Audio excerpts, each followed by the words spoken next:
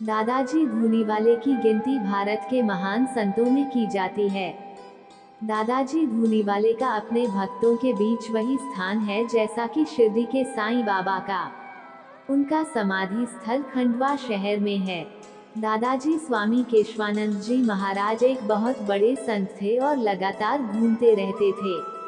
प्रतिदिन दादाजी पवित्र अग्नि धूनी के समक्ष ध्यानमग्न होकर बैठे रहते थे, इसलिए लोग उन्हें दादाजी धूनीवाले के नाम से स्मरण करने लगे।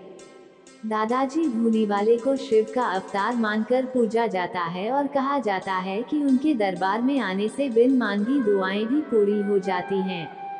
दादाजी का जीवन वृतांत प्रामाणिक रूप से उपलब्ध नहीं है, परंतु उनकी महिमा का गुणगान करने वाली कई कथाएं प्रचलित हैं। दादाजी का दरबार उनके समाधि स्थल पर बनाया गया है। देश विदेश में दादाजी के असंख्य भक्त हैं।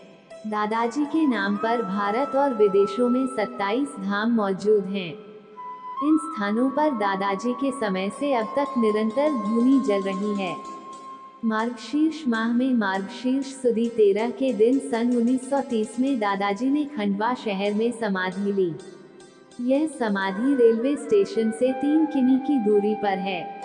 दादाजी का मुख्य समाधि स्थल खंडवा में है, लेकिन कुछ ऐसे स्थान भी है जहां दादाजी कुछ दिनों तक रहे थे।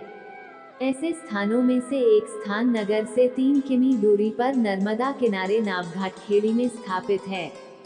1973 में स्थापित इस स्थान को पादुका स्थली भी कहते हैं। 1930 में इंदौर से खंडवा आते समय दादाजी इसी स्थान पर चातुर्मास के लिए ठहरे थे। तभी से यहाँ दादाजी की चरण पादुकाएं स्थापित है। उनके भक्तों ने इस स्थान को पवित्रता के साथ सजाए रखा है। राजस्थान के दिडवाना गांव में एक समृद्ध परिवार के सदस्य भंवरलाल दादाजी से मिलने आए। मुलाकात के बाद भंवरलाल ने अपने आप को धूनीवाले दादाजी के चरणों में समर्पित कर दिया। भंवरलाल शांत प्रवृत्ति के थे और दादाजी की सेवा में लगे रहते थे। दादाजी ने उन्हें अपने शिष्य के रूप में स्वीकार किया और उनका नाम हरिहरानंद रखा। हरिहरानंद जी को भक्त छोटे दादाजी नाम से पुकारने लगे। दादाजी धूनीवाले की समाधि के बाद हरिहरानंद जी को उनका उत्तराधिकारी माना जाता था। हरिहरानंद जी ने बीमारी के बाद सन 1942 में महानिर्वाण को प्राप्त किया। छोटे दादाजी की समाधि बड़े दादाजी की समाधि के पास स्थापित की गई। कैसे पहुँचे दादाजी के दर्शन के लिए? सड़क मार्ग, साथ ही इंदौर से 135 किमी, भोपाल 175 किमी के साथ साथ रेल मार्ग तथा सड़क मार्ग से आप खंडवा पहुंच सकते हैं। रेल मार्ग यहां पहुंचने के लिए रेल मार्ग से खंडवा मध्य एवं पश्चिम रेलवे का एक प्रमुख स्टेशन है तथा भारत के हर भाग से यहां पहुंचने के लिए ट्रेन उपलब्ध है।